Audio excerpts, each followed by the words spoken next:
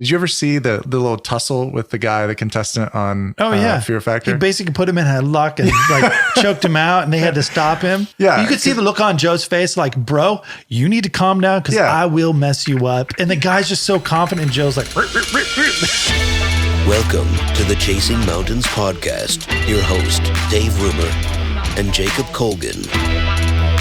Learning and growing from the best in business. Welcome to the Chasing Mountains podcast. I'm Dave Rumer. This is Jacob Colgan. How are you? What's up, buddy? It's good to see you. It's good to see you too. I have to admit something though. Yeah. You were right. I was wrong. About what? About 3 or 4 years ago, actually longer than that, 2017, you texted me and you said, hey, you know, you're into Elon Musk and his companies. You're like, you should check out this podcast. It's about Joe Rogan talking with Elon Musk. And I looked at the thing and it was like 3 hours and 5 minutes. I was like, what in the world? Why would a podcast ever be 3 hours long? And I instantly just closed the app. I was like, nobody has time for that. And in my mind, I thought, no one is going to like 3 hour podcast. I literally thought that. Coming from someone who's produced a lot of podcasts for people, you know, about history, about, you know, conspiracies from the government and stuff like that. I didn't realize the power of free-form podcasting, kind of like what we're doing right here. And you sent that to me and you said, this is awesome. You should check it out. And I listened to all 3 hours the following week and I was captivated the entire time. And I was just like, damn, I was way wrong. And I think I even texted you, I was like, dude, that was a great podcast. Are they all like this? And then I went and looked and there's hundreds of podcasts like that. And so that's who we're talking about today. So you were right, I was wrong, and we're talking about Joe Rogan. That's a great way to start this off. That Dave was right, Jake was wrong. I'm feeling good now. No, all right. I'm happy I was wrong because honestly, I hated the other way of doing podcast. It was so much work. It was like video production, but only the audio side. So you would have sound effects, you would have different story arcs, you had to have this and that, and it just. Honestly, it was so much work for so little reward and it just wasn't sustainable. And when you're just talking and have a conversation, something Joe Rogan does amazing is he makes you feel like you're a part of that table. Yeah, sure. You feel like you're just on the edge of the table and you're listening and watching for, you know, it's just, even Jamie, the guy you never see, the producer, somewhat like Bobby back here, you hear her, but you don't see her. I guess for people who don't know, I feel like everybody knows, but who is Joe Rogan? Yeah, Joe Rogan is a comedian, I think maybe first and foremost. He's also UFC color commentator. He's an athlete. He's an actor. The guy is kind of a chameleon. Obviously, podcaster. I mean, he's got one of the biggest, most successful podcasts out there. And I would say... He was also the host of Fear Factor, right? Yep. Yeah, I mean, he's just a really eclectic guy. And I think that's maybe what draws people to him and what makes him so good at what he does on his podcast, what he does as a commentator for the UFC is that he's not pigeonholed into just one thing. He's this type of guy that is really relatable. He literally is your average Joe, but like not average but he's not at average. all. He's super relatable. Yeah. He, he really kind of, like you said, revolutionized the podcast platform. He's been doing that for years. For I think 2009, he started his podcast.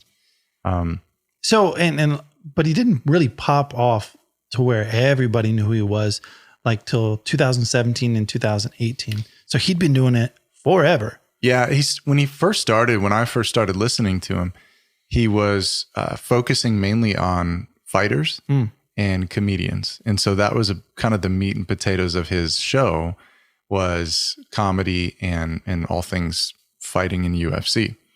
And it was very interesting if you were into those kinds of things. I typically didn't listen much to the comedian podcast. Mm-hmm. I was into UFC. And so that was the content that I would consume. But he started branching out over time and having scientists, politicians. Yeah, bringing in people that just were like all ends of the spectrum to the point where I feel like most of the conventional wisdom that you would hear today about a podcast or a show or any kind of series that you're starting, the recommendation is to kind of like focus on one thing. There's no focus for Joe. He brings in anybody that he wants to talk to, anybody that listeners want to hear from. It doesn't matter what their background is. Who he wants to hear too. Yeah. Even if he agrees or disagrees. So just to kind of put it into perspective, Joe Rogan has over 100 million downloads a month. This man has had basically almost, I should say, maybe we'll save it for later, but Trump almost came on and did a debate with Biden in the last podcast. Oh yeah, right? that was talked about. Yeah.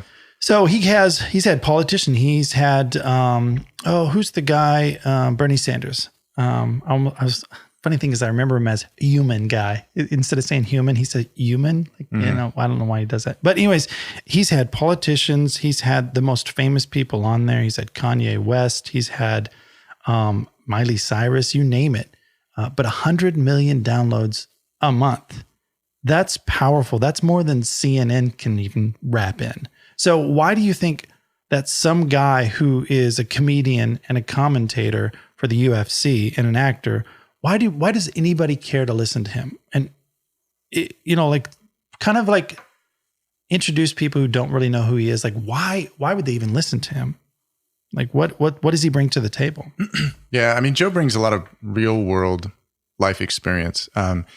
He's a regular guy that is seems to be a super good dude and works really hard and takes everything that he does very seriously and kind of only does the things that he wants to take seriously, like the things that he's passionate about. And he has pursued those things in life so aggressively and so committedly that he's, kind of become this example for people. He, with his, you talk about his long podcast being 2, 3, 3.5 hours long sometimes.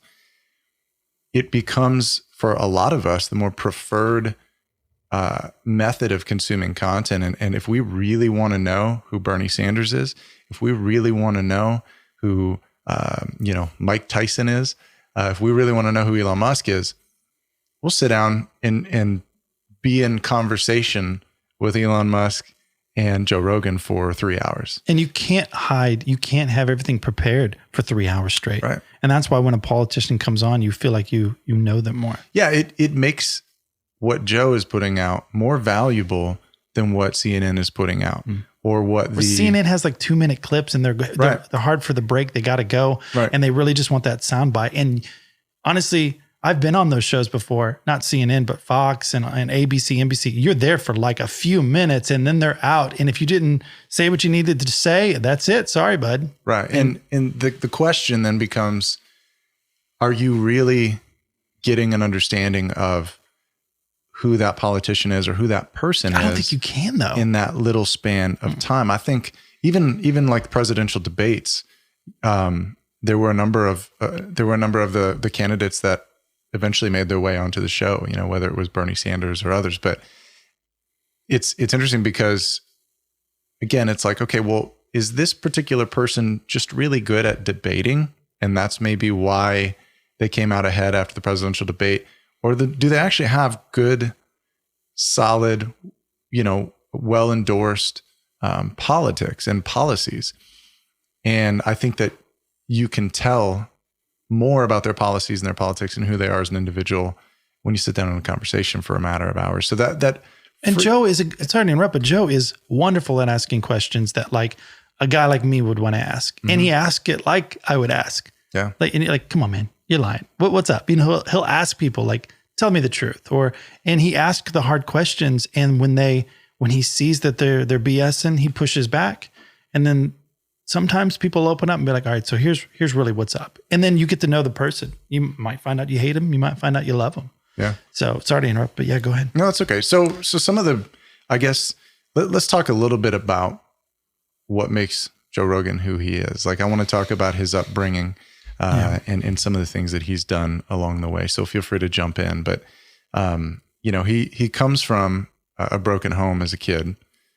He talks about how his dad was aggressive and just kind of an asshole, just was not a good guy, and created a lot of fear in Joe's life and a lot of anxiety. And he was eventually pushed out of the picture, and in came his stepdad, who I believe was a pretty good dude and was kind of this like hippie type. And I think that sort of explains who Joe became as a man, I think, too. Because Joe kind of seems like this jock hippie that doesn't make sense. Yeah. He's smoking weed while working out. Like it's just. And these were the men that were sort of modeled for him early in life. But he found his way as a kid into martial arts. He talks about for him how it was a way to focus his mind and his attention and to be good at something and to build confidence. And that's so key at a young age. Yeah. When you're going through turmoil and you got nothing, just having one thing that you're good at. Mm-hmm. And in his case, was it karate or was it? So yeah, he actually started early on with karate. He's a lot of people don't realize, more do now, but he's a super exceptional athlete. Yeah. He did a little bit of karate and eventually worked his way into Taekwondo. And he was by 19, was the US Open champion, like Grandmaster champion. I didn't know that. By the age of 19. Wow. He won the state championship for Massachusetts 4 years consecutively. Wasn't he known for like kicking really hard? Yeah, he still is. Yeah, he kicks harder than a lot of fighters. Basically, he could kick your ass and my ass at the same time with no sweat. Oh yeah, the spinning back kick. The that's spinning his thing. back kick would just knock me. But yeah, so I mean, he really locked into martial arts at an early age, and me personally, I am a big advocate for young people, men and women, doing martial arts. I think that learning about the mechanics of your body and the mechanics of your opponent's body, and how to move and manipulate somebody else, for whatever reason, is a huge confidence builder. And I wrestled in high school, as you know, and I came in late to the game. I was a junior in high school when I started wrestling. Was an athlete, not particularly good at anything, but I had been an athlete for all of my youth. But something about wrestling, I wasn't good at it, but I had a little bit of natural ability. And just that little bit, and a team of my teammates and the coaching staff were enough to like pull me in. And what did that do for you as a young kid, though? Like mentally, it did everything. I would say that the man that I am today in my mid-30s is defined largely by my experience in wrestling and martial arts, because it gave me a confidence that I had never had before. Not just because I was good at something, but it gave me a confidence as a young man and as an athlete, and just like walking around on the street and feeling like, yeah, I feel pretty confident in my capabilities. And that's a good feeling. And if you can remove that sort of social anxiety and fear from experiences in life as a young person, I think that, you can enjoy them better. You can actually be happier and more joyful. I think where people run into problems is young men, I think, are inclined oftentimes to not have social anxiety and fear anyway, because they're young and stupid. Yeah. When a lot of times they should have fear. So the other thing that it teaches you is like, be strong, be courageous, but like realize that little dude across the room who is like 40 pounds lighter than you, but is like the state champ, will throw you around left or right. So like, it's sort of that never judge a book by its cover. That's one of the things that wrestling taught me as well. Cause, I wrestled guys that at weigh-ins were just chiseled Greek gods and were terrifying and to look at. Yeah. And they're strong, but you get out and for me, it was refuse to quit and outwork them, because I didn't have a lot of the talent and the skill. There's something in that. Don't quit. Yeah. Yeah. And go through the pain. Yeah. Because like when you're wrestling, I've never wrestled. But I do know what it's like wrestling, like between like friends and brothers and stuff like that. Sometimes it's hurting, but then you just got to keep going through it, Yeah. And I think it teaches something for young people. Yeah. My experience with karate was slightly different. My neighbor in Florida was a sensei. I believe that's what they were called. And he goes, Jake, you seem like a fit guy. I'm like, yeah, sure. He goes, we're short like some teachers. I'm going to show you how to do the moves, and then you show all the younger kids the following day. And it's like, I'll pay you so much. I'm like, yeah. So he started teaching me as much as he could for like a week or so ahead. And about a weekend, he goes, you're not very good, are you? I was like, no, I told you that. He goes, you don't have a lot of hand-eye coordination. I was like, not really. He goes, thanks for the help. You should have blamed his teaching. No, he was good. He was like the person in the whole town. I was supposed to be teaching like 7-year-old kids, but I just couldn't do it right. Yeah. But I mean, it's still worth it. It's still worth the effort. It is worth it. But I was also like 17 and 18 years old. Like, what am I doing? Like trying to learn that late. Hey, that's when I was learning, really? Like 16 or 17 and learning how to wrestle. My problem was I was working like 12-hour days and then going and doing that. I was so tired. But but it's still like, I would say bottom line for young people, because there's a lot of super talented young women in jiu-jitsu and in wrestling. And, there's some tough girls that were, I think there's more women in combat sports than, obviously than there ever had been. But, back in 2004, 2005, when I was doing this, there weren't as many girls that were wrestling, but the ones that were, I mean, they were tough as nails. But it just, for me, it taught me to stick with it too, because by the time senior year came around, I was all right. I was pretty good. Placed in conference, placed in regionals. Like, by the way, I have footage of this guy and our friend Vince, who was our follow focus puller. We're supposed to be working, and they're literally on the main lobby floor wrestling, trying different moves out. And I'm like, what in the world is going on? So I'm going to put some footage in here. Vince was whooping me. Yes. And it's just like, Irene walks in and goes, that's about right. And just walks out the room. I ain't as good as I once was. But it does stick with you. And as far as like Joe, I mean, so that gave him the confidence that he needed going through that turmoil at home. It did. Yep. And he, interestingly, at I think 21, he sort of stopped and looked around the room, so to speak, at all these colleagues, these friends, these guys that were in his circle of competitors who were also doing the same thing he was, doing kickboxing and taekwondo competitively at a really high level. And these guys were starting to get brain damage, traumatic brain injuries, before I think their society sort of realized TBI and what that was and what the implications were. But like, there were guys that were starting to have memory problems, and Joe himself started to acknowledge that he was, his head wasn't quite right. There were some things going on, and he thought, taking a kick like that to the head does something. Yeah. I remember him saying one time he kicked someone, and I didn't realize it was about karate when he was younger, but when he kicked someone and just watching the body go limp and hit that mat as hard as it was, he was like, I don't know how much I want to do this forever. Yeah. And so he changed. So he pulled out of it basically at 21. He quit. Basically because of the brain injury, the traumatic brain injury. Because he was starting to have symptoms, and he was seeing it worse in some of his friends that were competing. So he thought, I don't know that I want to keep getting kicked in the head for a living. Are we talking like punch drunk, where like some of those people who boxers get it, where it's just like their brain is kind of smush? Yeah. Yeah. And he would see guys that were a little further along than him. And that was definitely the case. And so, I think wisely, he recognized that he had, still had a pretty good head on his shoulders, and was like, well, I've proven myself in this sphere, in this field of competitive, combat sports. There's at that time anyway, there was maybe not a whole lot more to do. I think that professional fighting in the form of like, the UFC and some of the others, I think it was kind of in its infancy, if it had even started at that point. So there was, I don't necessarily think it was when he was 21. No, I don't think it was. Yeah, I don't think it was. So he went into comedy. It's kind of like, where he transitioned from there. How do you go from karate to, I'm going to be a comedian? Mm-hmm. So let's talk about comedians. Okay.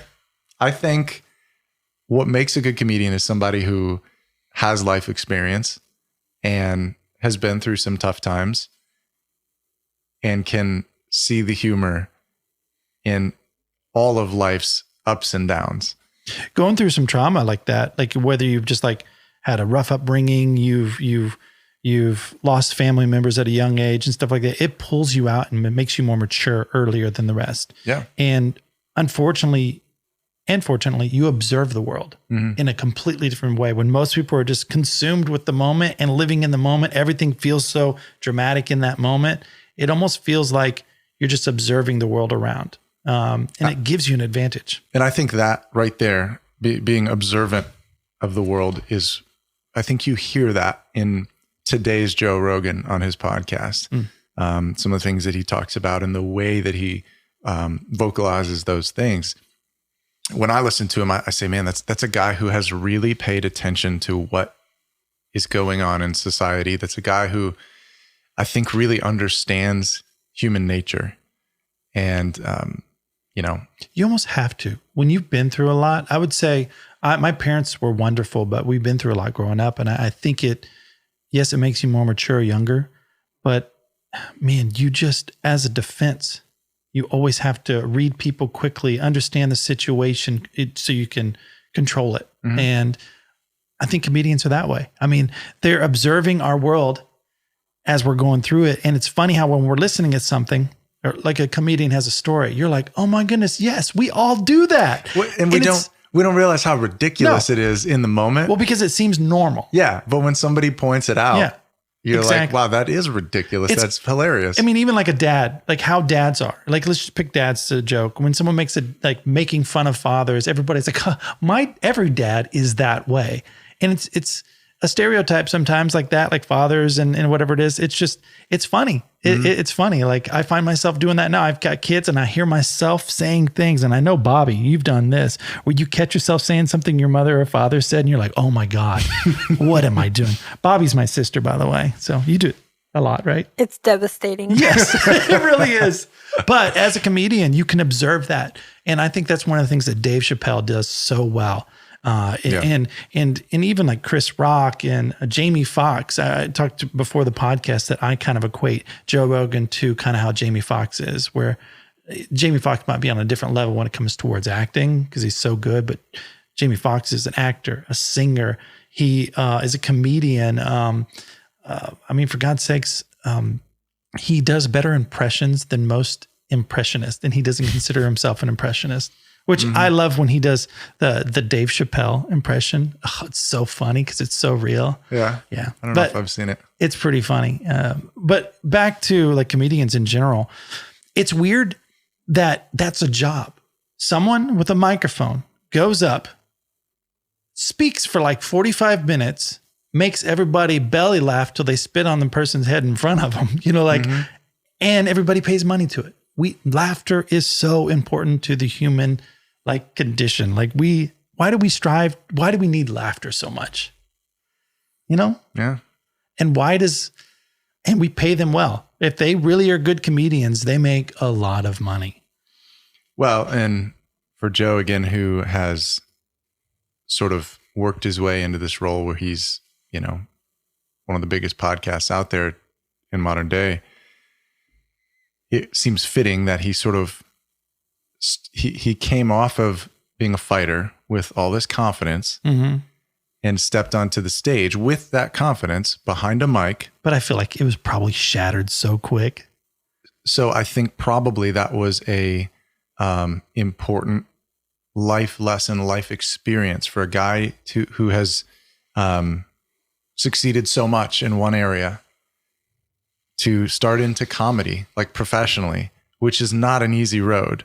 We've seen it with musicians. I mean, performing in any capacity, in any kind of bar, club, anything, especially with comedy, because all you're doing is you're going up on stage and you're talking, which we can all do. You can't hide behind the drums. You can't hide behind a good beat. Or the it's guitar just or anything. You. Yep. So, you go up and it's like, okay, I need to now talk better than anybody else in here who's been, they all have been talking since they were kids. Oh, yeah. So that's gotta be, anybody who does stand-up comedy, like even if they're bad, like credit to them for that. Cause it's not an easy road. Well, I just feel like that humbling is important because you learn quickly that wasn't that good and you reevaluate. And I think though, I've heard Joe Rogan say that the moments of when you're being as he says, shit on from people in the crowd, that eliminates the people who are thinking of doing it as a hobby. If you can make it through that and push through and keep going, like eventually you learn how to do it. Eventually people are gonna love it. And I think that he enjoyed that struggle. I think he enjoys striving for something and challenging himself. And I think is something he does really well. I do remember him saying something about how he went and saw, I think it was Richard Pryor in the movie theater. Because back in the day, we didn't have Comedy Central. I say we. Joe's 54, something like that. So he's older than I am. I'm 38. But he went and saw a Richard Pryor film of stand-up at a movie theater. Didn't go to a show. Saw it at the movie theater. And he, as a kid, looked around, teenager, and saw people just roaring in laughter. And he was like, this is just a guy up there talking. This is insane. There's no band. There's nothing. It's just him. And everybody in the crowd is just dying of laughter. And he was like, I want to do this. And it's interesting how Richard Pryor, which we're in the town of Peoria. Oh, you live in the town of Morton, but Peoria, that's where he's from. And so we see a lot of signs around here. And I actually looked into his life and talk about a tumultuous life, man. And man, there's a reason why he was the best comedian out there is because that man went through some stuff. Are we going to have a Richard Pryor? We probably should, man. That one's a sad one though. Yeah. But so Joe then went on to being a comedian, and it was not success right off the bat. But what was interesting after, was it like a year or two of being a comedian, he started trying out for like TV shows and got one. Wasn't it? I don't know the time span. Fear Factor, is that what you're thinking? No, it was called there was something one radio. But like Disney. He got on a show with Disney. I don't know if it was Hardball. Oh yes, it was Hardball. There was Hardball first, and he was in a couple seasons. Yeah, so he was an actor in that, and then he went on something radio. Bobby, can you look that up? It's something radio where he played this dumb like tech guy. He would fix things and but he played like a kind of like a dumb jock who fixed tech stuff. And which is kind of funny because Joe loves tech stuff, and he's, he's not a dumb jock, but he can play that part pretty good. But I do think looks the part. He does look the part. He looks like a meathead. Do you know what it is? It says that from 1995 to 99, he was on News Radio. News Radio. And that was a funny show. I'm surprised it didn't last that long. But, I've never seen it. I mean, it's funny, and it's definitely 90s humor. I mean, just a normal sitcom, set up, say the line, laughter, all that stuff. So, I mean, what's next? What did he do next? I think his big break was probably Fear Factor. Big break in terms of like, I mean, he was also a pretty successful comedian by then. Yeah, very much so. But I mean, but that was like many, many years of growth and getting better and better and better. Yeah. It's not unlike his podcast. I would say like wide net. Sure. Broad audience type, success and exposure probably I would say came from Fear Factor and the multiple seasons of Fear Factor. For those, do you remember like watching Fear Factor? I've seen some, yeah. Basically, they would have $50,000, which doesn't sound like that much for the stuff they were doing. Yeah. Where they were like... It got up higher though, I think. Of course. Like certain... But in the beginning, it was like, eat this bag of roaches. And the person who gets to go on to the next level. And people are like just chomping on this stuff and then throwing up and, I quit. It's like, you already ate a bag of roaches. You're going through. Like, and Joe can't quit now. He was like a commentator anyways, helping people, encouraging them. You can do this. You got this. And meanwhile, they're like, what? And sometimes they had to like eat like bull testicles, but not throw up. It's like, that's asking too much. And that's one of the things though that Joe said. He said he hated it after a while because every season got more and more, every season got more and more ridiculous. Mm-hmm. So one year the worst thing was this. And then the next thing you know, they got to drink this much of urine. And then he said it got to where they brought it back. And at one point in time, there was something to do with like donkey semen. And he was like, nope, that's it. We're not doing this. And they may have released it. I can't remember. But he was like, I'm done. I don't want to do this anymore. And then they stopped the show. And at one point in time, they offered him so much money. He came back for one more season and he called it FU money. And so he took it, did that one more season, and then he just quit. And I think that that's important, and it shows kind of like where his mind was. The money wasn't like, you can't offer me more money. This is just like, this show sucks is what he said. He loved the people, but it's too dangerous. At a certain point in time, they were just doing things where they were launching people in the air, and it was just too dangerous. I kind of think that probably nowadays you couldn't do a show like that. I feel like the legal liability and probably people's willingness to go through some of that stuff. They were strapping girls that were like 106 pounds on bulls. Like, have fun, go ride a bull. Yeah, I don't know that would fly nowadays. No, I don't think it would. Which is kind of an old guy thing to say, but. And I think, so he always calls, I forget his name. Is it Andrew something? He calls him the godfather of podcasting. It's something No Agenda. It's a No Agenda podcast. Can you look it up? But he was inspired, I think, by him. He was kind of the first person to really come in and start podcasting. He saw Tom Green had a setup where he was kind of broadcasting his own TV show on the internet. And the internet was kind of new in 2008, 2009, as far as like TV shows. And that was stupid. And Joe decides, I want to do this where there's no commercial breaks. Nobody's telling me what to do. And that's interesting because he comes from a place where he had to have lines. You have this much time. You have to say it exactly how I want to say it. He didn't have the freedom that he had on stage, where he was the person who wrote all the scripts. He did everything. And I think he wanted that free form, just shooting the breeze with his buddies on the internet. And the internet was like the Wild West. Yeah, but so I want to comment on that, but you're forgetting a really important part in between there, which is the UFC. Oh, so I don't know much about the UFC, so I'm relying on you to tell me. So to comment on what you were saying, though, I think probably a big motivation for Joe, and one of the things that led to his early success, was the explosion of the UFC in that time frame. What is the UFC for those people who don't know? Everybody knows. Do they? Yeah. There are a lot of nerds like me. Ultimate Fighting Championship. Yes, thank you. Dude, I didn't know about it till about 4 years ago when I learned about Joe Rogan. So I work a lot. Not to keep talking about my youth, but for me, I was graduating high school in 2005, coming out of wrestling, going into, I wrestled a little bit in college, but did a little more martial arts. But if I remember the timeline correctly, the Ultimate Fighter, the show, The Ultimate Fighter, which is a reality show. They're bringing people. Yeah. That was right around the time that show was kind of kicking off. UFC was becoming more and more, commercially popular.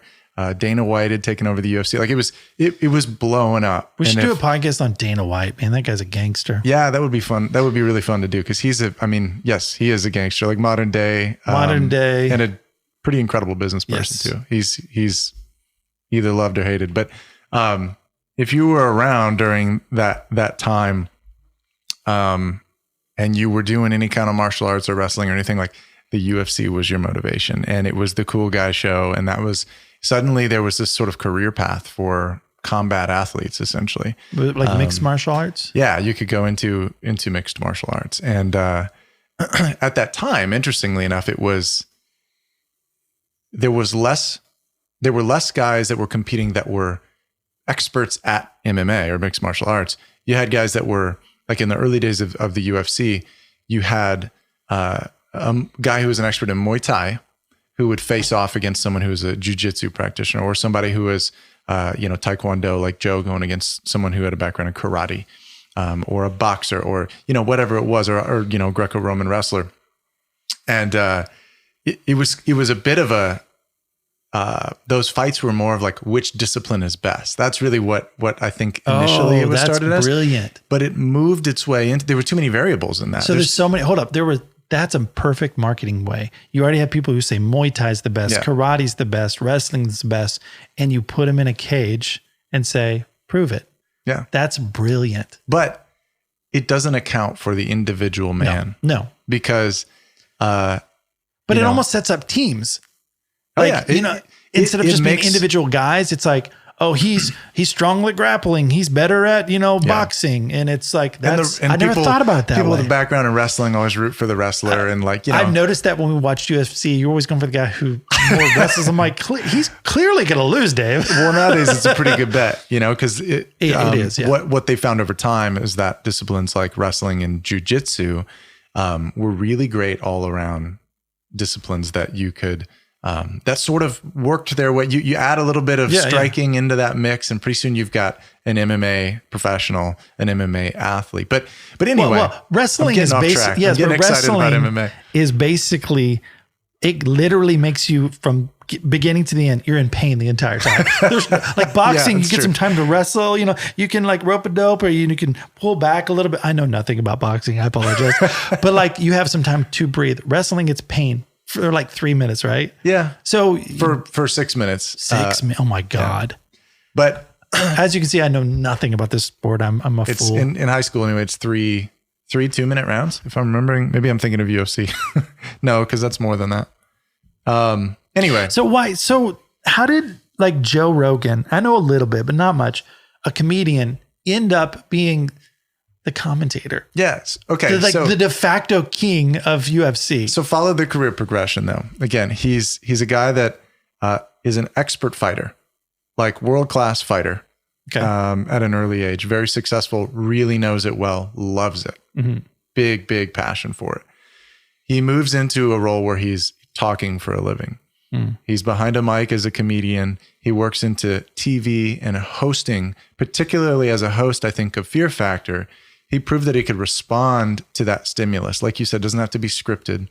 It doesn't have to be, there were things that, happened that he had to, that were unexpected. Do you remember, did you ever see he got in the little tussle with the guy, the contestant on Fear Factor? He basically put him in a lock and choked him out, and they had to stop him. Yeah. You could see the look on Joe's face, like, bro, you need to calm down because I will mess you up. And the guy's just so confident, and Joe's like, that was a mess, by the way. The guy and the girl involved in that, that had to be kind of an embarrassing. I do remember that though. Yeah. But that's weird that it was not embarrassing for Joe. Oh no. Because Joe handled it like a professional and very confident, very capable. Yeah. And I don't think a lot of people knew at that time how much trouble that contestant was stepping into in that moment, and how bad it could have gone. Like Joe, if he would have lost his cool, that guy would have been in so much trouble. Well, so it could have dramatically altered Joe's career as well. So that's a guy who had the every bit of capability to dominate in that situation, and he chose simply to de-escalate. He put his hands on him, but he chose to de-escalate, and so there's a lesson in there too. But exactly. But he proved that with the unexpected and under fire, he could still respond in a situation. And so, as I understand it, he as just such a huge fight fan and a celebrity at the time, he got to know Dana White, and Dana asked him to come host the UFC, and he turned him down at first, as not host it, but as a color commentator, they call it. So you got like your main commentator who's sort of play by play, saying, "Oh, he takes the shot, passes to so-and-so. The score is this, the time is this, the shot clock, whatever." Like, you're a cheerleader? Huh? Is it like a cheerleader? No. What do you mean? So the color commentator is filling in the gaps, filling in the time, talking about the history of the athlete, explaining. So in MMA, Joe would talk about, who this person is, where they're from, what their background is, what they're good at. I think anybody who kind of grew up listening to Joe Rogan remembers these phrases where Joe would be like, "Oh, he's got him in Americana there. He's got to be careful. He's got to be careful." Or he'll say, "Oh, that triangle's super tight. Man, that's really tight." And he would express like why you got to be careful. And he knew a lot about a lot when it came to fighting. He wasn't, necessarily an expert in every discipline, but he was so passionate about it. He made sure to understand. So he wasn't BSing. He wasn't playing off the script. No. And he was like a regular guy who could communicate really well, or felt like a regular guy who could communicate really well and knew the sport and was super passionate about it. And so he actually wanted to just be a fight fan. So he turned Dana White down because he didn't want to have to have another job. Every UFC fight, he wanted to just go with his friends, drink beer, have fun, enjoy the fight. And Dana, I guess, continued to ask him. And so he finally agreed to do it. But his first 12 fights, he did totally for free. All he asked was free beer and tickets for his friends. That's one thing too about Joe. He loves bringing his friends along. Oh yeah. He's a good friend. He seems to be like a good friend. Some of his friends are crazy. Like they're nuts, but you can tell he loves them. Yeah. And he brings them along. And he's got a lot of them. He's got a lot of friends. I've got some crazy friends. I know you do too. It's part of growing up. Life lesson, if you don't have crazy friends and you can't think of any, you're the crazy friend. You might be that crazy friend.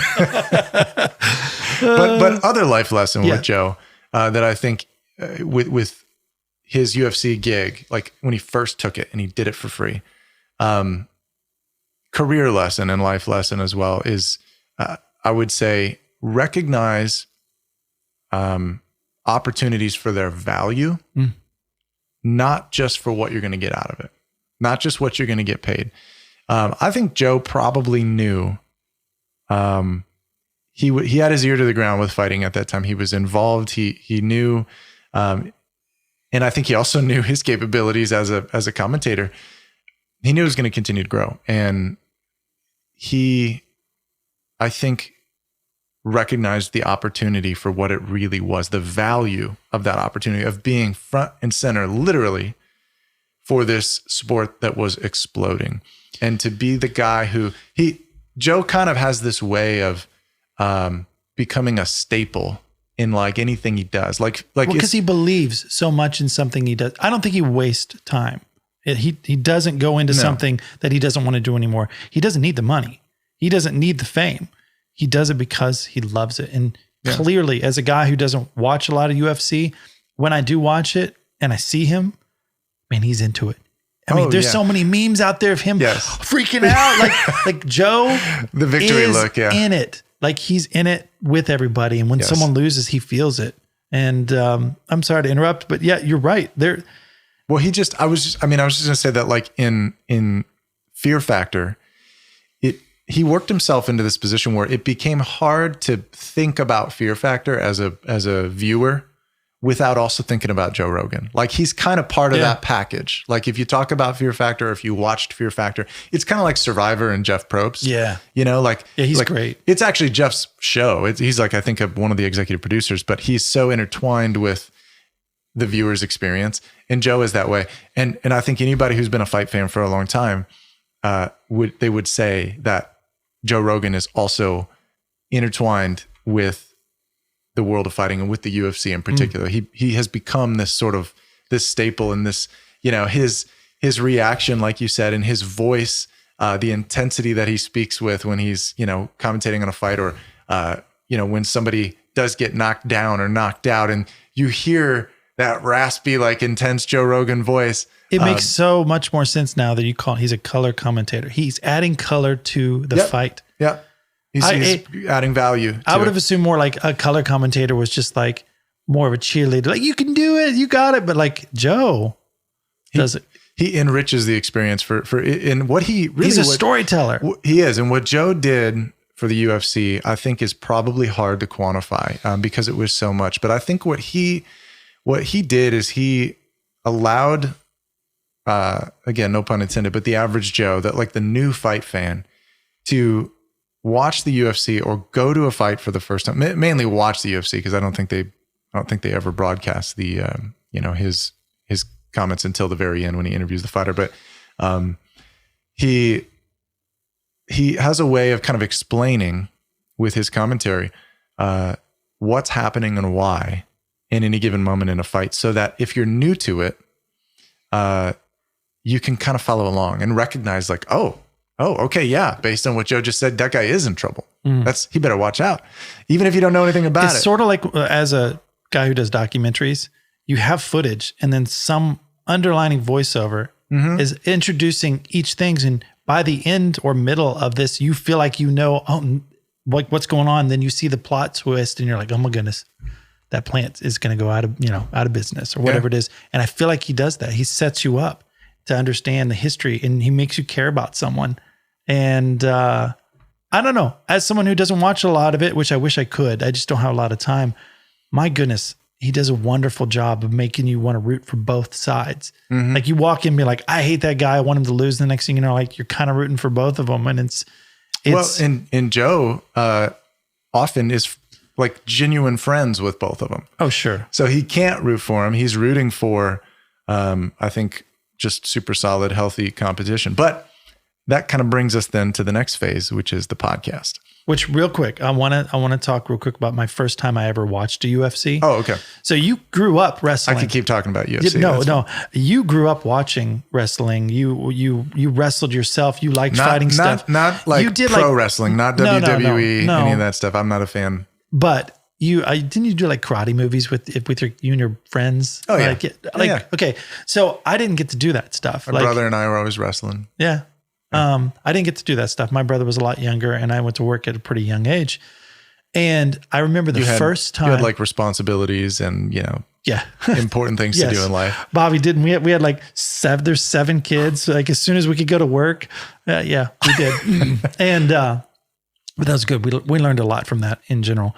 But the first time I sat down with, and watched a UFC fight, and I'd watched plenty of boxing. I enjoyed boxing. But I watched down, I was like, oh, this is something different. This is kind of barbaric. I love it. And I was like, this is going to be crazy successful. And I remember a few of my buddies were like, they'll never look at that. You got to have gloves. This is too violent. They'll never let it happen. And I remember thinking, this is going to be huge because it goes into like the primal side of you of like just one-on-one. There's a cage, make it happen. And my goodness, I remember walking away thinking that was just going to be awesome. I hope it's allowed to be on television because I don't think originally they were going to allow it on television because it was too violent. They didn't allow it on television for a long time. Yeah. I think it was Dana White that I think really, again, we should probably do a podcast on Dana White, but he was really instrumental. And I would argue Joe Rogan probably was pretty instrumental in making it more mainstream and more widely acceptable. Or accepted by society. Which, my God, the guy who has to be the ref between those guys, you got 2 assassins going at each other, and these guys will like jump in between them when they need to stop a fight. The balls that those guys have. I mean, what's that one guy who tucks his beard in his shirt? He's a newer guy. I don't know. He's big. But there's like a big John McCarthy who's been around literally, I think, since the beginning. Herb Dean's another. Those guys are kind of like the clowns at the bullfights or at the rodeo. Where I think you don't mean that as disrespectfully as it sounds. I mean, for example, they're the bravest people out there. When everybody's running from the mad, crazy bull, these guys are running to it with the smiley face on. Like it's just, I'm impressed with just overall what Dana White, Joe Rogan has done for that industry. And now it's a juggernaut, multi-billion-dollar industry. And it's like, wow, in one lifetime, that happened. And like the amount of lives it's changed for a lot of these fighters. Like I said, it gave really talented combat athletes a place to go. If you played football in high school, you always knew like the chances of making it to the NFL are incredibly low for the average, high school football player. But you knew it was somewhere you could go. Mm-hmm. It gave you something to reach for and to strive for. And if you played basketball in high school or in college, you had your sights set on going to the NBA. Same with baseball. Same with some of these other sports. But if you were a wrestler, or, you went to your local jiu-jitsu gym or taekwondo gym, to pursue it at a competitive level professionally really didn't mean a big payday. Not like kind of your mainstream professional sports. Yeah, I guess where would they go? Yeah, I mean, you could compete in the Olympics. You could compete in national competitions and take home titles, but there weren't these, I mean, you were never going to build a life and a career, and certainly not wealth. It was probably you had to have a job and then do that. Yeah. Ooh, that's tough. And that's, I guess it's important to say, like, modern fighters, especially as they break into it, they still, like, you could fight in the UFC and still be scraping to get by if you're not good and if it's your first few fights. By the time that you pay for all of your time spent in multiple gyms to train and to learn the craft, you pay your coaching staff, your managers, your managers, you traveling. Like a lot of these guys talk about how it's kind of a zero-sum game until you actually are successful and win. But sounds like music, man. Well, yeah. But it still gave an entire generation of combat athletes like somewhere to go. It gave them something to look forward to, a destination that they could do it professionally and build great wealth. I would say boxing prior to UFC was like, that was the path. If you wanted to build wealth and even just make a living in a combat sport, you went into boxing. But what do you do if you're an amazing kicker? So this is Exactly. an amazing, like, it's really cool to be a part of a generation that got to see a new form of fighting. Yeah.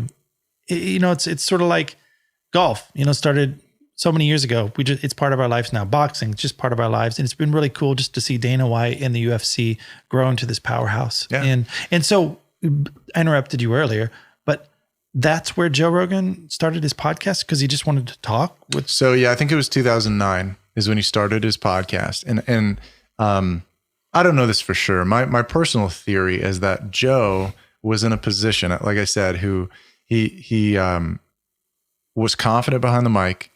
He knew the sport of fighting really well, was right smack in the middle of this exploding sport that I think viewers were in a position where they're like, man, who are these guys? Who are these fighters who are getting, stripping down to being basically naked, going in a cage and testing their will and their talent. And it's like a trial of the human spirit. I mean, these guys are going to war and ripping each other apart. I want to know more. I want to know more about these individuals who are able to do this. And Joe was the right guy for the job. And I think that, I think he had been on maybe some other podcasts. I think he had started out just kind of getting behind a mic with some comedians and stuff. But like really quickly, I think he found an audience in the fight world because people wanted to hear fighters talk. Is that how you found him? Yeah. Really? So it was like, I would say like one of the lessons here is right place, right time. And when you find yourself in the right place at the right time, run with it, like take advantage of it, because Joe was, his podcast was kicking off right as podcasts were starting to get big. I think it was still kind of a new concept. But he was also one of the first ones to stream the video. Yeah. Yes. Like where everybody else was YouTube, doing audio podcast, he was going straight to YouTube. Might've been another site originally, but like they're not great productions. I think the first words on his first podcast, is this thing working? Are we good to go? I think we're good to go. Let's go. Yeah. Yeah. He always had still does have kind of a loose start to his podcast. It's not like super professional. It's just kind of rolling, but yeah, it gave fight fans a window into, what it might be like to sit down and have a conversation with these elite athletes, and gave Joe, I think, an opportunity to actually have conversations with these athletes, kind of public conversations who he followed their careers. He got to know these guys, was friends with them. So the fight world was exploding. Podcasts were blowing up. And Joe was, again, the right guy for the job and was in the right spot at the right time. And I mean, we see where it's led to. I mean, he in recent years, I would say, I think it was just in this last year, signed a $200 million deal with Spotify. He's exclusive to Spotify now. And hold up. Here's $200 million for exclusive rights. And for talking, I heard, for talking. I also heard it's just a lease. They don't own his podcast. Oh, I didn't know that. Yeah, it's not even interesting. It's not even like owning all the back catalog. They're just leasing it. And that's power right there. Yeah. And I mean, he has like 1,500 podcasts, probably more now. It's more, but it's more. I think it's 1,800 or 1,900. And it's interesting. Like on his podcast, he talks politics, he talks race, religion, he talks weed, he talks mushrooms, he talks, mixed martial arts. He talks about literally anything and everything. And that's odd because most people say, pick a lane. Mm-hmm. Pick something, only do that, find your niche, which I think originally he did with MMA, but it's grown into something. And you never know when you listen to a podcast if you're going to be talking to a doctor, a politician, a fighter, a lawyer who's helping bring people out of jail who were wrongfully accused. I think it's odd how his podcast, a podcast of a guy who's mostly high or drunk most of the time when he's doing his podcast, has kind of opened up the world to think of things slightly different. Enough so that politicians are getting concerned about how much power he has. Enough so that politicians, if they want any clout, they're going on his podcast. And if someone goes on his podcast and their group of people hate him for being on the podcast, I know people like Bernie Sanders saw some serious hate for going on the Joe Rogan podcast when I think he just wanted to be heard. And, Joe Rogan's not without any controversy, but I don't feel like he cares. You know what I mean? Yeah, I think one of the reasons that Joe is so intriguing for people is that no topic really is off limits. And I feel like that's cool though. That's one of the things I think that makes him so attractive to people is that you feel like you're getting the real guy. Mm. You feel that's why like flaws and all, and you're cool with it. Yeah. Like, cause I'm a flawed individual and I know you feel that same way with yourself. It's like, I'm going through life. I kind of want to learn things. And I feel like a lot of times for me, at least, education is always like almost looking down on people and allowing them to have information. And I feel the way Joe's going through is like, it's almost like he's going to college in his own way. He's trying to learn and soak up as much information and asking the questions that might be embarrassing to ask to, someone who's a physicist, bro, break it down to like a 5-year-old's level and explain it to me. And Joe's a smart guy. And I think he just knows his viewers. He wants to understand. And I feel like it's an education in a different way. And I find that incredibly fascinating. It's an education that literally like money couldn't buy. I mean, the amount of money it would take to get the education that Joe Rogan has gotten in the last 10 years. Because it's interesting when you listen to his early podcasts compared to more recently, even the last couple of years. You talk about like it's like he's going to college. There's been a transformation in not only who he is as a person, but I think his the like intellectual approach that he takes when he's talking with somebody. Because if you think about it, he has spent the last, 11 years? No, like 13 years podcasting. And I would say the last 5 of those, especially, he has talked with literally some of the most interesting people in the world. Yep. And he's talking with the best and the brightest, smartest, the most, richest, the most powerful, most accomplished. Yep. And if that's who you're surrounding yourself with, and you're sitting down one-on-one and you're having a 3-hour conversation with, these types of people, I mean, you can't help but better yourself. You can't help but be elevated and gain knowledge and expertise that you wouldn't have. And what's so amazing about it is that he's bringing it to the world. He's not. It's not like this selfish thing. It's this very symbiotic. Free. It's free. Yeah, it's this symbiotic sort of arrangement where he benefits because he's leading the conversation in every one of those. Whoever comes on the show benefits because it's publicity and they can promote their book, their project, Joe Rogan effect. They call it the Joe Rogan effect. Where you go on and where you go on and people they have to prepare. If they're selling a book, they have to have their merchandise ready. If you're selling a t-shirt, anything, you have to have it ready. If you don't have your URL ready, you're in trouble. And it's interesting to me that a podcast with no script, it's just Jamie and Joe. Joe books everybody. Yeah. Like there's not like a room full of people. Like I'm sure he's got assistants with the building and stuff like that, but it's just Joe and it's Jamie. And it makes it therefore incredibly profitable. Oh my like Lord. The margin on that. Like it's just, there's what expense is there? Well, who would have thought that a guy goes from being a karate guy to being a comedian would somehow one day lead to $200 million Spotify deal for talking for 3 hours. Yeah. Dude, capitalism is great. People really hate on capitalism, but that's what it is. He has a product that people want. And so they're willing to pay him $200 million to do what he's doing, just to continue. And I know that he was getting a little frustrated with YouTube for YouTube was silencing a little too much. And I think he was just getting to the point. You're talking in recent, in the last year or two. I think he appreciated YouTube, but with the COVID stuff, I think it was honestly perfect timing to go to Spotify because Spotify just let him continue to talk. Not everything he says is right. And that's the people who are looking from the outside in hear things about him. They'll hear that he's racist. He's this, he's a fool. He's a meathead, all this stuff.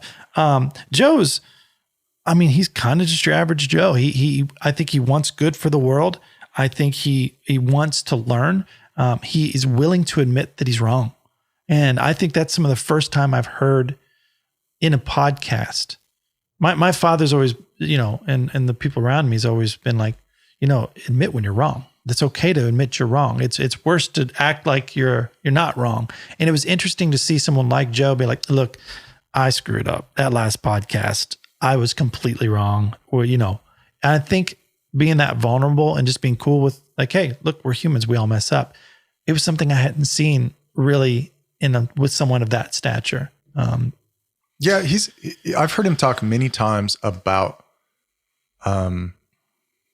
evolving as a human being, like how that's important for all of us. But even in his own journey, he's talked about how he's screwed up. He's failed a lot.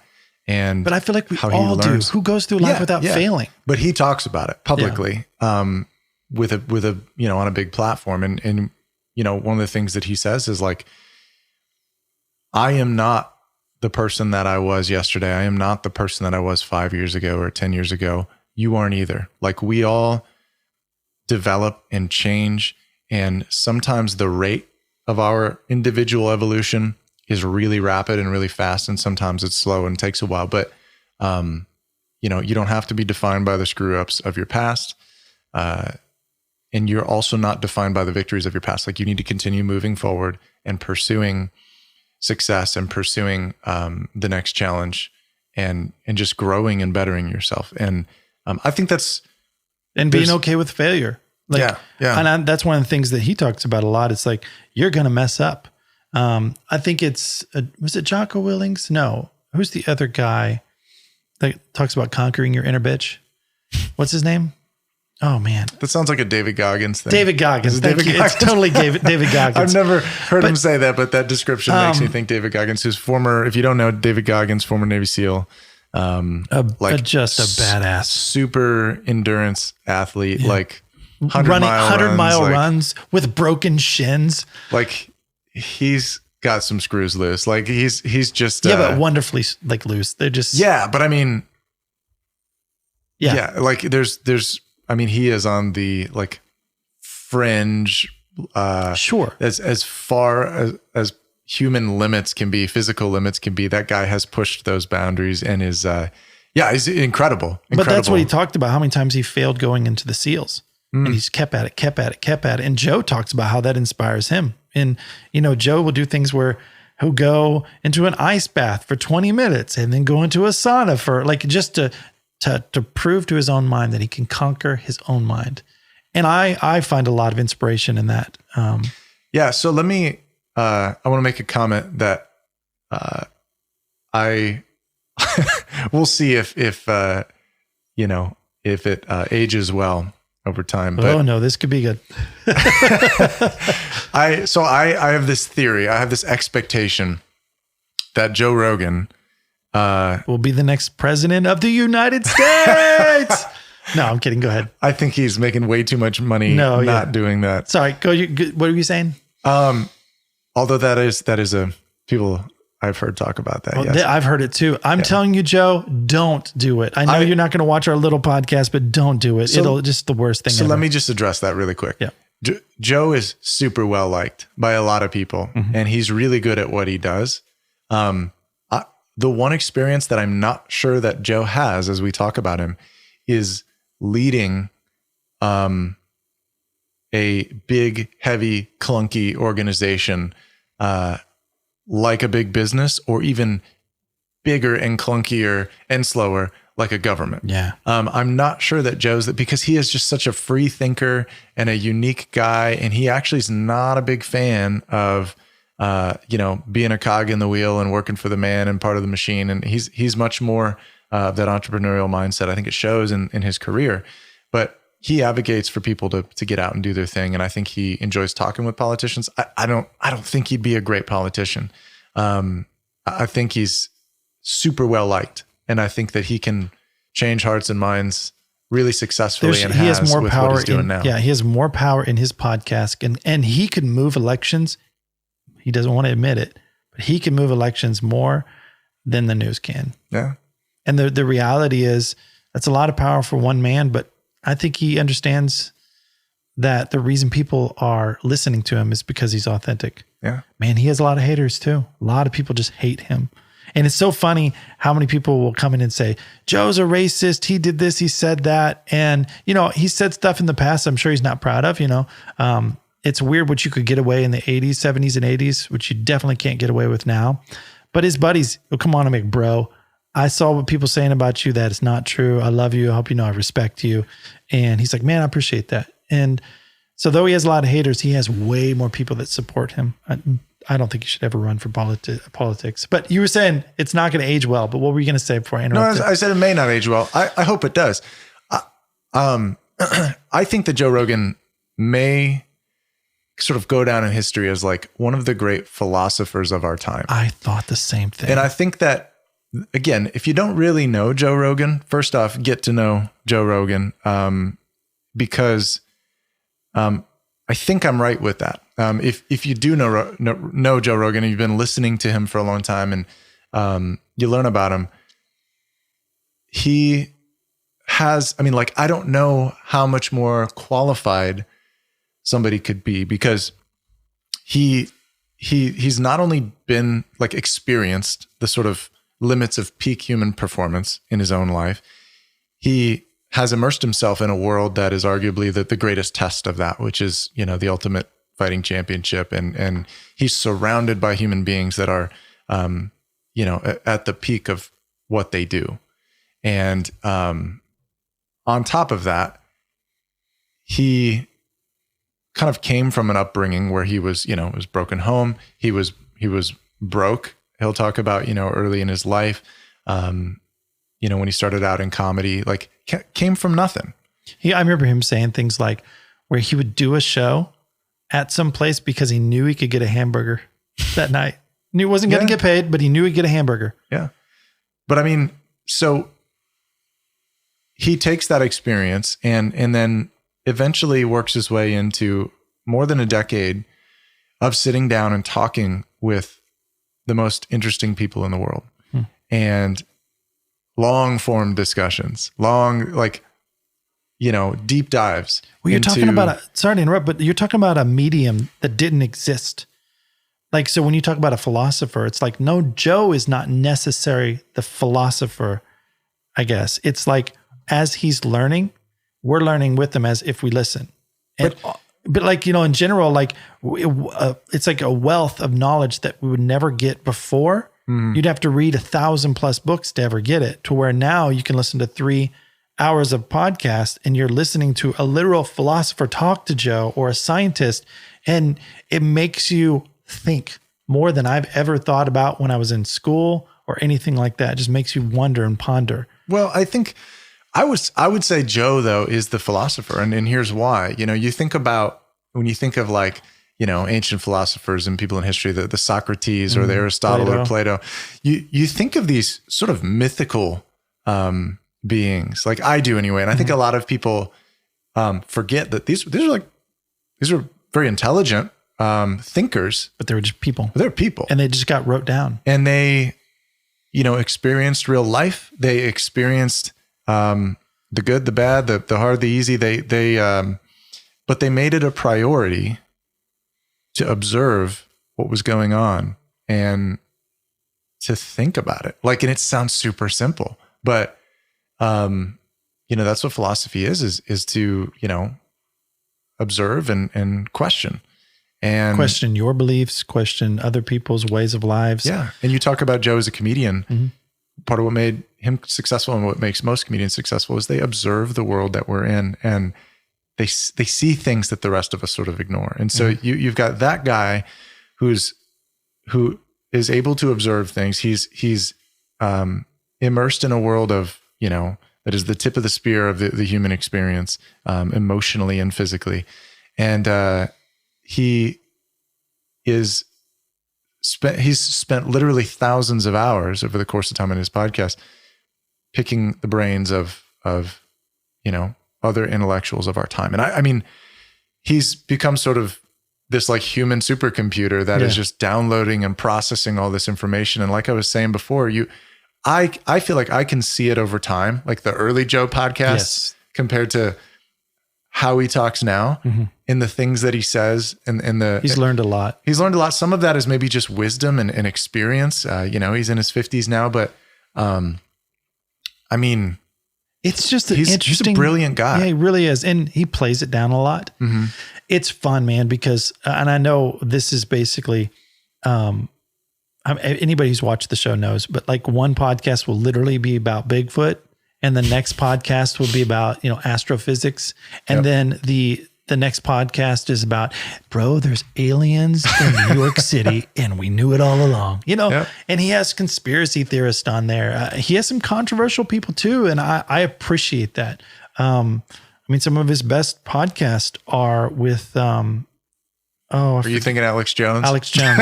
Yeah. That guy's crazy. But Joe has him on, lets him talk. And what's funny is people always talk about Joe as a conservative. I would say Joe's just a libertarian and who calls himself a liberal, but I can't speak for himself, but he seems more like a libertarian. Yeah. I think he considers himself to be a pretty progressive guy. I mean, I think Joe is just a guy who sort of calls it like he sees it. And I think that through osmosis, he has come to have some conservative leaning perspectives. But I mean, across the board, if you hear him talk about his opinions on, on universal basic healthcare, universal basic income, gay marriage, drugs, there's all kinds of topics that he does not align with conservative viewpoints. Right. And that's why I think more libertarian. Yeah. Because libertarians are government needs to be small, get out of the way, have a good, army to defend our borders, and the government needs to be small. I feel like conservatives anymore these days, I know this is getting political, conservatives, big government, liberals, big government, and it just keeps getting bigger and bigger. As far as Joe goes, I'm kind of have a tendency to be proud of him because of where he came from to what he is now. And I think we hear that story a lot about how someone came from their garage, like Steve Jobs, all the way to, a multi-trillion-dollar corporation. I think the struggle is sometimes part of that success. And I'm reminded of a quote from, I think it's Fresh Prince of Bel-Air. So another great source of philosophical wisdom. Well, it's a rich family. They have rich kids, and the mother and the father were talking, and they said, we've worked our entire lives to give our children something the things we didn't have. And I feel like maybe we didn't give them the things we did have, like struggle. And struggle is so important. And I know I butchered that, but the idea. No, but the sentiment. I don't know how it's supposed to go, but I totally get it. The sentiment, is solid. Yes, it's sort of what's the saying that I learned this saying from Joe Rogan, but it's I believe it's good times create weak people, and weak people create bad times, and bad times create strong people. Strong people create good times, and it's the cycle of life. And that's one of the things too. It's like, Joe, someone asked him, what are you going to do? Your kids, are they ever going to have that struggle? And he's like, man, no, I don't want to deprive them of food to understand what I went through. But there's something to that struggle. And I would want to encourage people, like, it's part of it. It's part of your journey. And don't feel like you have to always have a successful start to have a successful ending. Sometimes it's just, that makes you stronger. And in fact, I would even say if you were born a really, really rich person, you're more likely to not be successful because you're going to rely on your family and your connections already to just somewhat exist. You're going to have a head start. Yeah. You have a head start, with the best education possible. Sure. Maybe some seed money for that business idea that you have. And, it's sort of, Donald Trump's story. Like, sure. he was successful because, I think he got $1 million from his dad or something like that. That goes a long way. But for a lot of people, most people would just spend that. Yeah. For a lot of people, you lack the everything that is the experience of struggle and having nothing. Mm-hmm. And, it's kind of a yin and a yang thing. Like you need to experience nothing in order to appreciate when you have everything. Mm-hmm. And, I mean, that's a big lesson that I'm sort of a pattern that I'm seeing with these people that we've talked about, is that a lot of times people that come from humble beginnings or come from nothing, those are the folks, like you said, that are going to, find great success. And what's really been interesting to me, as well as we sort of chronicle the lives of these individuals, you could never guess where they would end up. God, no. It's very hard for these people that find incredible success and wealth and growth and, have amazing stories. You couldn't have predicted when they're 12, 15, even sometimes 20 or 30 years old, where they were going to end up. Maybe you started looking back, you can start to see, like, okay, I'm starting to see some of the building blocks that lead to it. Yeah. But, man, that's one of the motivating things for me. And that what I think, people could take away from this too, is just like, you never know where that journey is going to lead you. If you're open to it, if you're willing to work really hard and, you recognize opportunities for the value that they bring to you, not just what you can, not just what you can get out of it or what you can get paid for. I mean, he started doing all these podcasts for free with no sponsors in the beginning. Mm-hmm. Talk about putting in your 10,000 hours, man. Joe, between research for podcast and scheduling and then 3-hour podcast, he's put in his 10,000 hours probably multiple times. Oh, yeah. And I think it comes to the point where it pays off and people are like, why would he ever, deserve $200 million? It's because there's a powerful audience behind him. And I think it's important for people to realize, just like, stick with it. If it's what you feel like you're supposed to be doing and it's what you love, just do it. I appreciate from Joe's perspective. He said originally he didn't want to edit anything because, he's been around when they edit shows. Mm-hmm. They've edited, everything, even down to his specials. He's had to edit them. He wanted something completely from beginning to end, no editing. Yep. And for the longest time, he was just streaming it out to YouTube, but a bunch of people were taking clips and grabbing them, stealing them, putting them on their own channel of clips instead of the 3-hour podcast. And so they were like, you know what? Basically, people stealing all of our stuff. Let's just release it and release the clips at the same time. And so it's cool to see them, even though I kind of came to the game late, it's interesting to see how much it's really blown up, man. It's one of the most powerful podcasts in the world. Mm-hmm. Very influential, powerful, like you said. I mean, that's a great word for it. I mean, it's powerful. And the people who are listening to it are powerful people too. Like, you're not talking about, it's not usually just the teenager listening to it, though there are teenagers listening to it, but you're talking about it's adults that listen to this show. What's interesting is I think the word powerful is funny because I think that's the name of his YouTube channel is Powerful JRE, I think. Is it really? I'm pretty sure, yeah. Joe Rogan Experience, his show. Why is it powerful? Well, interesting. I think that's what it is. So look, not a perfect guy. None of us are. But it's called the Joe Rogan Experience. You should check it out. There's a lot of cursing. There's a lot of drugs. But I swear to God, it's an interesting podcast. Though I'll tell you what. interesting. Talk about drugs. I've never been one who's been interested in doing drugs. I've never done drugs. I've never drank. I never really cared. But I will tell you this. I guess it's just JRE now. Sorry to interrupt. Is it you. okay? Yeah, I think it was powerful JRE, but it may be anyway. powerful JRE clips. Maybe the clip channel. Maybe. It still pulls up as powerful Jerry. It does? Yep. Okay. Oh, see? Bobby for the win. Thank you. But what I was saying is like, I've never cared to do drugs and never cared to really drink. I always just knew I didn't have a lot of advantages in life. I didn't want to, get hooked on being like an alcoholic or anything. So, but I will tell you this, with them talking a lot about DMT, that's the only thing that I would ever be like, that's interesting to me. And I don't come from the place of thinking, ooh, I want to get high. But when I think about how the mind produces that stuff already, and it's just a way of like opening that up, and you kind of go, they talk about, I can't even really explain it. It's not like just getting high off like Coke or anything like that. I can't speak to any of that, but it's more of an experience. It's a journey. You learn something throughout this trip. It's interesting how Joe Rogan has opened up the discussion of legalizing a lot of these drugs and how it's helping people who have, PTSD, have trauma as from kids, how it's helping, people who have Parkinson's and people who have Alzheimer's, and it's helping a lot of people through like mushrooms, psychedelics. And it's interesting to me as he's got this huge, powerful audience, it's making people question. It's like, so something healthy that grows from the ground, properly supervised, could actually help someone who's been in the military with PTSD. Why aren't we doing this? Why aren't we trying? And so they're looking to legalize, and they're testing like they've never tested before. Yeah. Well, and I think, I'm glad you said that, because like, especially following, like you make the comment, like there's a lot of swearing, a lot of drugs. Yeah. That is the context of when there's sort of drugs talked about on his show.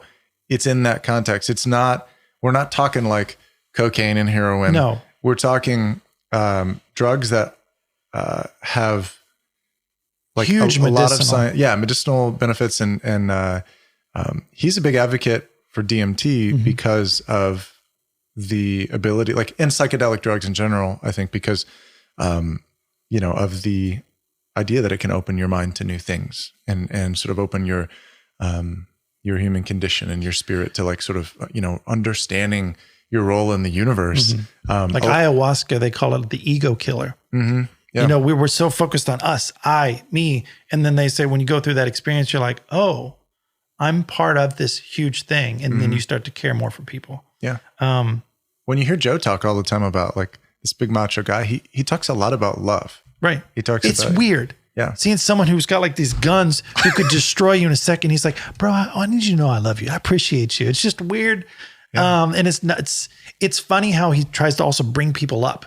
And I know we're just giving a big pat on the back for Joe Rogan, but like he takes a comedian who has maybe 1,000 followers on YouTube and brings them on his show. Next thing you know, he's got 1 million followers and he's got a Netflix special. Yeah.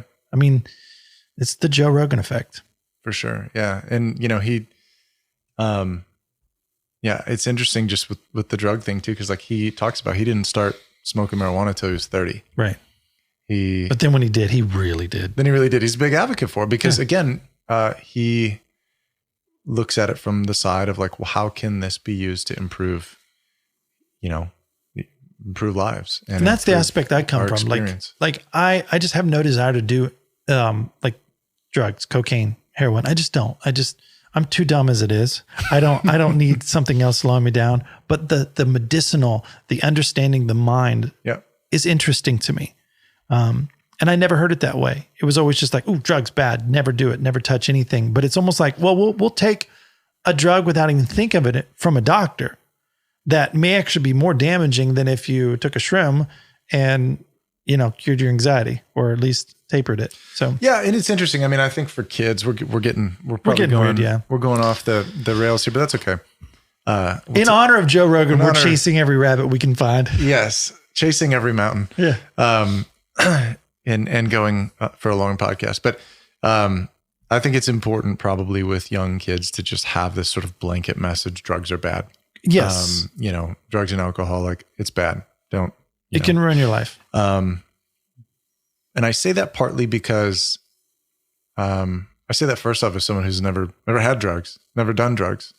But he sells it. But I, no, not really. But I very much, again, much like what we've been talking about with marijuana and certain psychedelic drugs, like I can certainly understand and appreciate their value. But I think it's an important point that Joe didn't start using marijuana, for example, or some of these other drugs until he was 30. Because, for young people, when your mind is still developing, your brain is still developing, for young men especially, your prefrontal cortex, which is the part of your brain that controls, your emotions and I think adrenaline. But it's we've talked about this before. It's the reason that like everybody will tell you the music from your like teen years is so impactful and sticks with you, and you experience it in a way that you won't again really ever. It's this whole sort of emotional experience, and it's because, I mean, when you are a teenager, your brain is wired to be all about to care about all the things that teens care about, which is like your circle of friends and, are people going to like me? And you care about pursuing fun and adventure and, emotion is a big part of that. It's a little bit later in life. Again, for men, it's like their late 20s, 25, 26. Yeah. Yeah. Where the rest of your brain literally starts to sort of fill in and develop more, where you start thinking a little more analytically. Think about the stupid things that we've done. Yes. I'm going to jump off head first off this building into this, and it'll be fine. It's like, if you would have thought about it, it's like, no, you're going to break your leg and your shoulder. Right. Oh, wow. It happened. Yeah. So I think because of that, like our brain is not developed yet. Young minds are still developing. And so you introduce psychedelics into that situation. I think that's not a good thing. No. As someone who, again, never done any of this, so like, I'm not advocating for anything, but I'm just saying that like, it's interesting to open up the idea of that maybe some good medicines can come out of that. And I'm really disappointed the fact that, since you can't copyright a lot of this stuff or have IP on it, there's not going to be a lot of money going towards it. Even though if they could find out someone who has Parkinson's has a small dosage of this type of shroom could actually help them out. And it's not from a place of getting high. It could possibly cure us. It's interesting. I appreciate how he's had people come on who's agreed with them and also disagreed. And yeah, that's huge. I mean, that's a big lesson right there too. And there's a lot of that going on right now where people, even organizations, have made the decision that like, if you feel differently, like if your values don't align with my values or with our values, then we don't want to hear from you, or we don't want to talk to you, or your views don't matter. And I think that, that's something I think that definitely I appreciate about Joe Rogan. I think a lot of people appreciate about Joe Rogan is that he will still have the conversation with anybody, even when he disagrees with them. And there's a lot of things that I disagree with Joe on a lot of things. Me too. A lot. But man, I still love feeling like I'm in a conversation with him because, again, he allows me to hear from people that I wouldn't otherwise hear from. And like, good on him for bringing on people with different perspectives to talk about different, don't you feel like that's topics. Okay though, to disagree with someone though? Like I do. A lot of people don't. Like I would even say like Bobby, my sister, producing today, like we don't agree on everything, but like I love you. You're my sister. And I feel like that's kind of what communities used to be. It's like you had your next door neighbor who would be, Democrat, Republican, whatever. The next person would be, a whatever. And it didn't matter.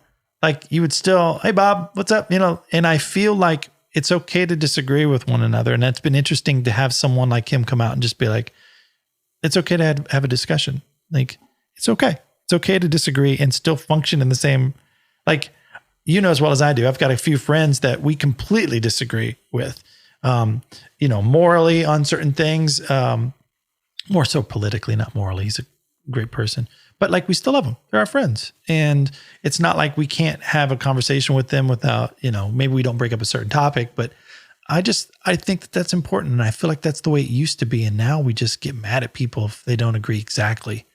I mean, can you imagine if you and I yelled at each other every time we disagreed, with something? Mostly it's on TV shows or or opinions on life. Well, do you agree? Yeah. Definitely. Yeah. Can I throw in 2 cents real Yes, quick? please. For sure. My first interactions following Joe Rogan was because of the controversy that came up, but also that people like Black Rifle Coffee Company started supporting him and interesting. giving money to him because of the freedom of speech that he stands for. Wow. They may not agree 100%, but him, Graham Allen, super conservatives that are also like just freedom Americans, like, hey, this is what we're going to support. That's cool. I love that. Yeah, me too. I mean, that's what's the thing too. Is like my mom watched a Joe Rogan podcast. My sister Bobby's watched Joe Rogan. My dad was like, I was listening to a Joe Rogan podcast. It was like, Dad, you're a Baptist preacher. What are you listening to a Joe Rogan podcast? My dad was asking me, about like certain topics, and it was interesting. But he's just asking questions. Well, And so the let me- power of asking the right question. I think the format is important. I think that, like, it's fun that we get to do this. Yeah.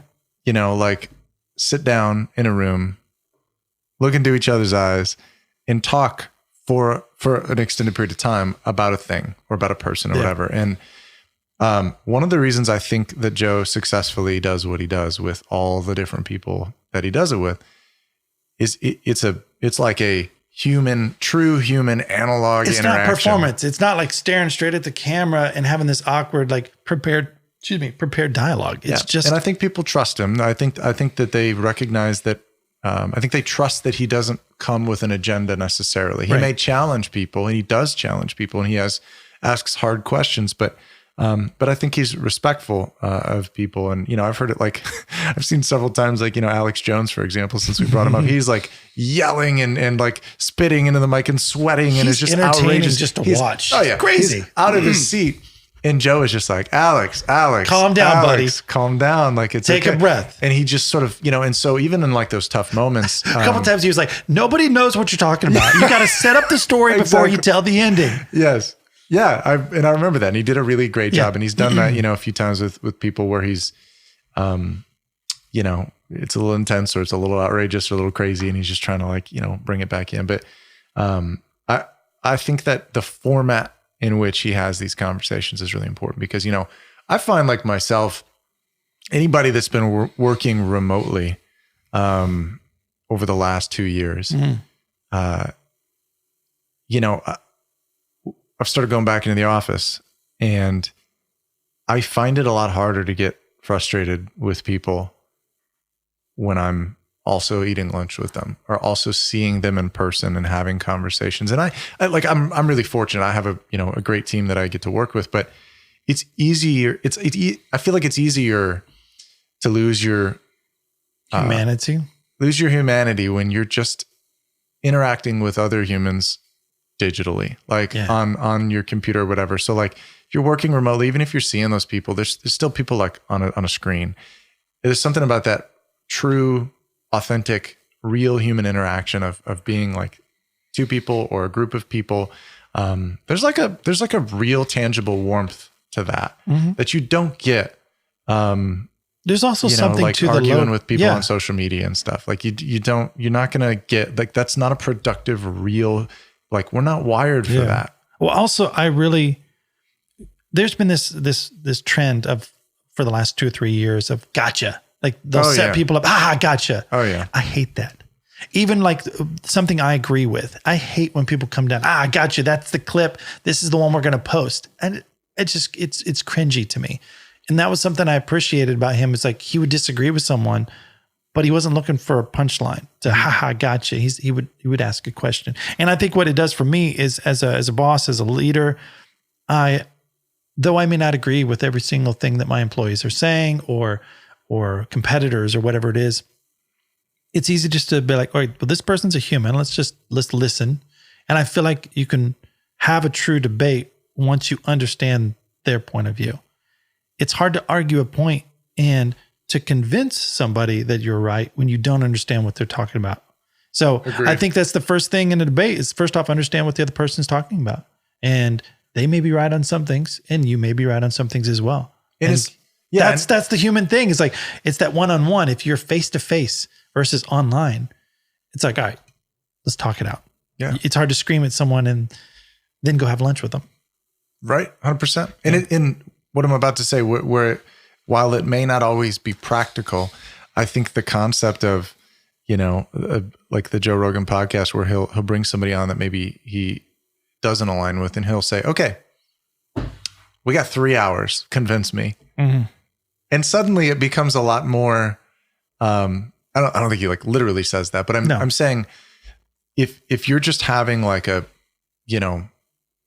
little, if you're battling it out with your thumbs on your on your you're phone on social media, win. You're just looking for a win. Yeah. And rather than like, hey, I'm invested in hearing a perspective. I'm invested in you as a person. Let's sit here and let's talk about this. Let's like work through it. And let's sort of, again, that's where we go back to the philosophy thing. Cause he really wants to wrestle with this stuff. He seems to want to, dig in and come away with something. But I think that that's going to be a key part in education in the future is just going to be sitting like forms of media that just sit down and just talk with people who have wisdom. Before you had to consume it in a different way, where a professor would get up and just talk to you almost just in a monotone way to a room full of, say, 100 people. There's something about a conversation. Mm-hmm. And if one could have a conversation with another while they're trying to learn a topic, and then 20 million people are listening, it feels like you're more part of the questions.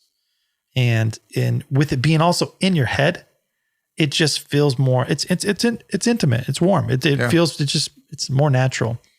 And, good on for Joe for the success he's had, the people he's supported. It's been fun talking about him, researching. I think that this is one of many things. I don't think this is the peak of his career. I think he's selling out stadiums, 15, 20,000 people. Still a touring comedian. Yeah. So, the podcast has only launched him. I've never seen any of his comedian stuff or any of his shows until I watched his podcast, mm-hmm. and then was like, I want to see if he's any good, and he's funny. I don't know. We've talked a long time. It's about an hour and a half, probably, right?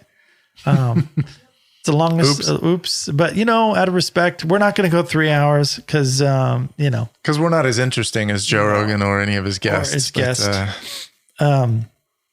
But it's interesting the effect he has on culture. Yeah. My sister listens to it. I listen to it. My dad listens to it. I know hundreds of other people who've heard it, listen to it, and just all different walks of life, different people. And your wife send me a podcast clip of Joe Rogan. It's just interesting the effect he has on people. And that's interesting because he talks to so many different people. Yeah. Yeah. I think he's, culture is right on the money. And he was so controversial over COVID. So yeah. But asking questions, I think Spotify was,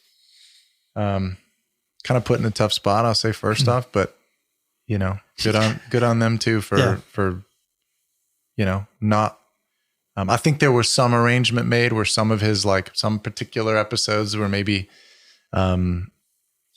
removed or edited or something, but they didn't push him out or $200 million. You could edit it in my life.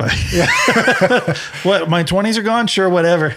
Yeah. I'm kidding. But no, great, incredible cultural influencer, Joe Rogan. And again, I'll say, I think probably one of the great philosophers of our time. Yeah. And that's weird to say because, he's just a comedian, but I think comedians but is he? He's so much more than that. But comedians are usually really intelligent people. And great philosophers in a lot of ways. Yeah. But I don't know. There's a lot to take from this. And I think a lot of it too is just, just if you believe that's something you're supposed to do, do it with all your might and learn. I feel like he's learning from a lot of people. And that's the whole reason kind of why we did this podcast is because we want to learn and meet. We want to challenge ourselves to weekly put out a podcast. And we're, setting up interviews and stuff like that to learn. I want to learn about business and about striving for dreams and goals. And it's a great way to challenge oneself to just stick with it. Because sometimes you can get in the grind of life and business that you're not continually trying to grow that circle of knowledge. And that's why I'm doing this podcast. And I know from the beginning when we talked, I was like, look, if we do this, we're always releasing, and I want it because I want to learn. And that's one of the things I learned from Joe Rogan's podcast is the amount you can learn as just the host of asking questions. Yeah. So it's amazing. Any last thoughts before we wrap it up? No, it's a fun podcast. It's fun to talk about on our podcast, the sort of king of podcasts. Yep. It'd be fun one day to be on Joe Rogan podcast. You know what I'd say if I was on Joe Rogan podcast? I would say, I don't deserve to be here. It's like, you need to find another host or someone to talk to. I've learned that, man, just stick with it personally. Like, there's a lot of things that I've been able to achieve in life. So have you, that people said would never happen or was stupid. And then they happen. And then of course, those people are right next to you saying, I'm his best friend, Sure. But from a guy who went from being a kid from a broken family to the world's most powerful podcast, making 200 plus millions, that's pretty successful. It's definitely a success story for sure. It's definitely. And he's definitely someone who chases that next mountain. He doesn't settle. There's no valley in which he, relaxes in. Yeah. So anyways, I think that's it. You want me to take us out? Take us out, brother. All right. Well, this has been the Chasing Mountains podcast. If you guys have not yet liked and subscribed, please do. We've got a lot more great content coming out. If you've got ideas for who we should focus on, if you like the Joe Rogan conversation, that's really kind of what we're about here, is identifying really successful folks in business, in their professional, personal lives, and diving in and talking about it and examining some of those, like through our own experience, our own lens, sort of identifying some of the really unique aspects of that. So if there's somebody you want to hear about, want us to research and talk about, just put them in the comments. We would love to engage with that. So yes. And we'll respond to every comment. Yeah, definitely. So thanks again for watching. We really appreciate it. This is Chasing Mountains Podcast. Peace out. Thank you for being a part of this podcast. Please leave a comment with your questions or business endeavors. We would love to be a part of your journey. If you would like to hear more, please like and subscribe. The thoughts and opinions on this show do not reflect those of our advertisers, employers, or other affiliates. The content should not be considered legal or financial advice. The Chasing Mountains podcast is a production of Chasing Mountains Media. Copyright 2022.